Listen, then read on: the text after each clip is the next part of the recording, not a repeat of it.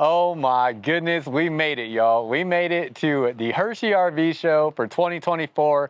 And this here behind me is what I believe is going to be the least expensive RV, not only at this show, but in the entire country right here. So wanted to start out with this one for the first RV at the Hershey RV show that I will be showing you. And let's go take a look.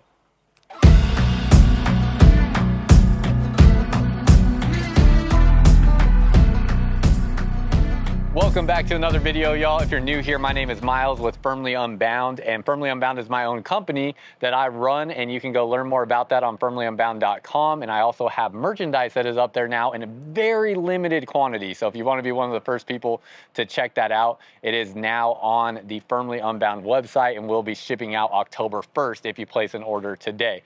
So very, very limited quantity there if you want to be one of the first people to show that you are living firmly unbound through Firmly Unbound merchandise. So go check that out.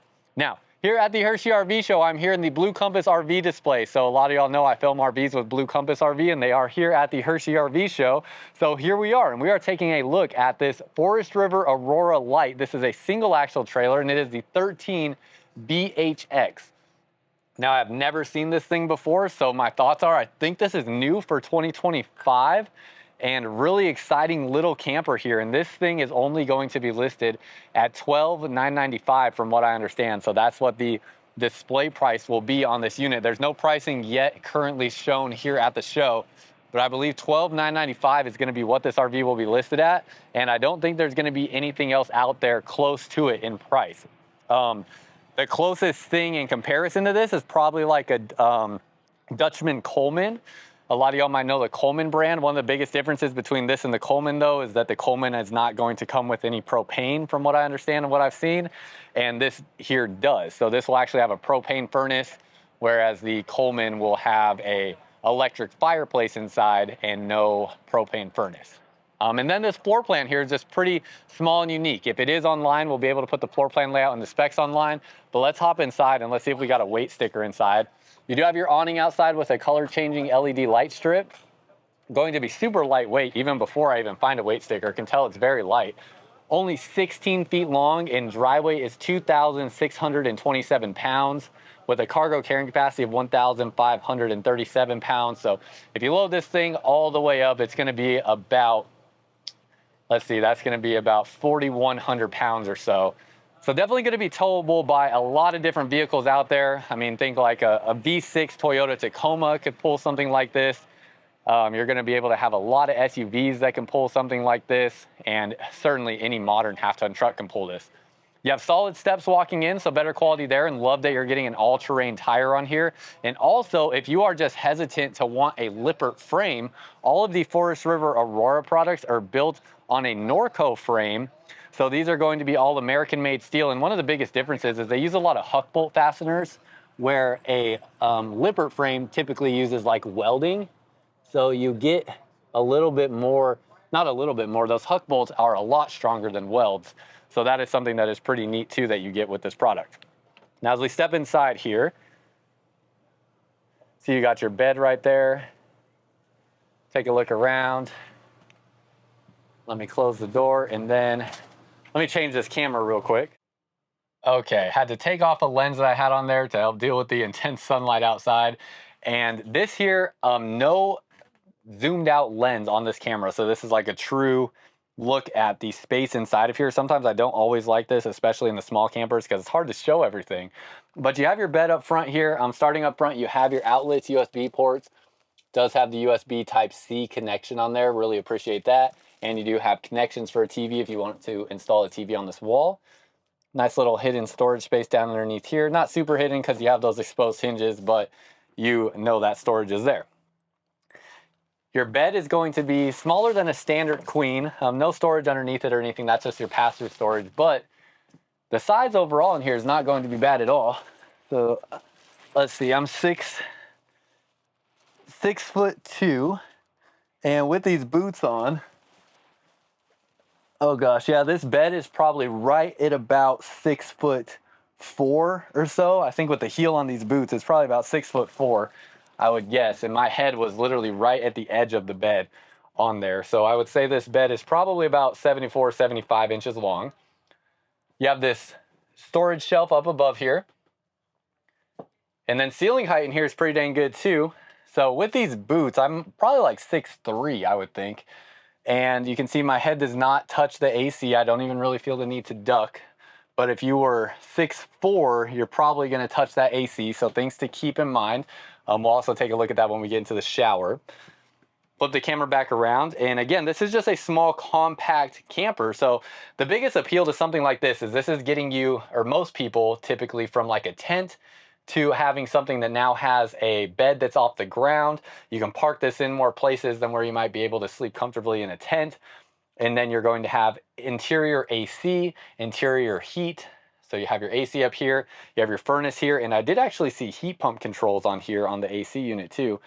I don't know if this AC actually has the heat pump on it. You can see the heat pump controls right there. And the AC did turn on when I turned on the heat pump, so it seems as though this has a heat pump on it even, which is pretty impressive. I am gonna turn the AC off though, because it is a bit of a more noisy AC. You might have been able to hear that kick on and turn off, so that's something to keep in mind, but that's pretty common for, you know, an affordable, low price camper like this. Going into your kitchen space, no oven, so for cooking, they're giving you a 2-burner stove and your microwave here. North to south 2-burner stove gives you a little bit more countertop space that is already limited, so really expanding on that with that design there. Then you have your plastic sink. Outlet in the corner does have a vent fan to vent out smells while you're cooking. Storage space up in here. And then down through here, this looks like this is all open. Okay, open through there, and then another divided space through here. And then this is a family-friendly layout, so it does have bunk beds right here. I was even thinking too, like if you didn't do bunks in here, you could just use this for storage. Like if I was just traveling solo by myself, this wouldn't be the worst floor plan ever. I wouldn't really have anywhere to sit inside, which would be the one issue. But I think if I was just camping on weekends, spend most of your time outside anyways, you don't really need a spot to sit inside the camper. Thinking of all the times I spent camping my entire life, the only time I ever sat inside was if it was raining, which, you know, most often our camping trips, we did not experience rain. And even then there's, you know, ways you can sit outside in the rain too. But if you're just doing weekend camping trips, going out fishing and doing different activities, shooting guns, whatever it may be that you do when you go out camping. In fact, what do y'all do when you go out camping? Let me know down below in the comments. My family, when we camp, we definitely spend a lot of time around the campfire, way more time around the campfire than inside the camper. We go fishing, we shoot guns, and my brother-in-law has a boat, so we've just incorporated going out on the boat to our RV trips. But those are the majority of our activities, and then our leisure time is definitely spent sitting around the fire. Not really big hikers. We don't do a whole lot of hiking. I have an off-road motorcycle now, so I do want to use that on some camping trips and whatnot, but I'm the only one in the family that has that. So not really an activity I could do with other people. But curious what your camping activities are, so let me know down below in the comments.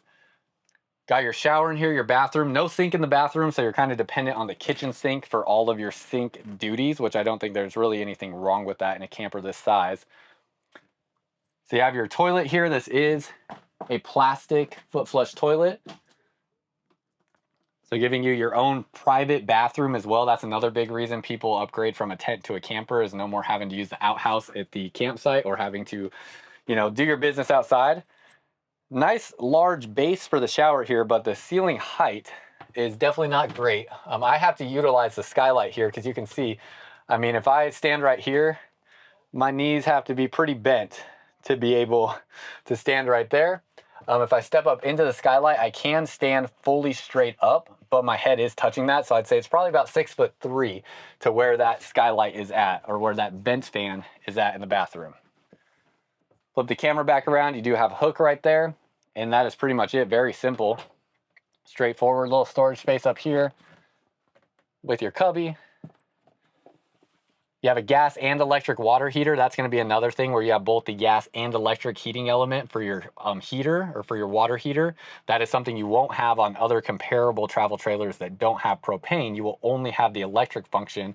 On this one, you can turn on the gas and electric heating elements at the same time to heat up that water faster and get to having hot water a lot quicker. JBL sound system. Have your refrigerator and freezer in here. I don't know that I showed the freezer portion. So I have that freezer portion there. And then have some space underneath the bunk here for storage as well that you can see is all open underneath there for storage. Outlets and USB ports for both bunks. Each bunk has a light above it, and top bunk gets a window. And that's pretty much everything, y'all. Very simple, self-explanatory. On your windows, you have pull-down black pleated shades. It's an aluminum sided wood frame travel trailer. JBL speaker outside, so it does actually come with an outdoor speaker. Not all campers this size will come with outdoor speakers nowadays. Manual stabilizers on the rear side of the camper. And then you have your tongue jack up front, no stabilizer legs up front underneath here. You're going to have your passenger storage compartment. You can see the wood framing in here. And it does have your wired for solar connection right there. So if you do want to add solar, I just don't think most people will need it in a camper like this. Open underbelly underneath here. You do have your water tanks exposed under here. So not a big deal. Just if you're doing winter camping, and definitely if you're planning on towing with water in the tanks and towing in, close to freezing temperatures, maybe not the best RV for you, but I think most people don't find themselves in those circumstances. I know my family, we've done all of our camping in Colorado, and I don't think we've ever found ourselves in a circumstance where we're towing in below freezing temperatures with water in the tanks. It just doesn't really happen. So not a huge deal for most people, I think. Spot here for you to connect the leashes for your pets. Definitely a really handy thing. My family's camper does not have that, and we always camp with dogs, so we are always having to find ways to get a leash set up for them outside on the campsite. Prep to add a backup camera. If you want to have a backup camera, you can get the Lippert retractable ladder here to get up onto the roof. Then you have your black tank flush right here. This will be to flush out your black tank with pressurized water. And then you have your city water connection here. So if you're at a campsite with water connections, that's where you can plug in your water. 30 amp power supply. All your dump valves are right here on the back side of the camper. Really small, compact, itty bitty thing. And I think it just looks kind of cool. Another big advantage to a camper this size is this makes it easier to potentially store on your property as well, as it doesn't have that big of a footprint overall. Has the GE Profile AC up on the top, and it does have an antenna up there as well for things like your radio. And that is pretty much everything, y'all. So curious your thoughts. Again, if you didn't catch it in the middle of the video, let me know what y'all do when you're out camping, what kind of activities you participate in, and what things you like to do, maybe where you like to go camping too. And that's all I got for y'all. So I think this is gonna be the least expensive RV at the Hershey RV show, and probably in the country for the year of 2025. I'm gonna be right at $12,995. Very cool little compact thing. Curious what you think. Let me know down below in the comments, and that's all I got for y'all. Until next time, live firmly unbound.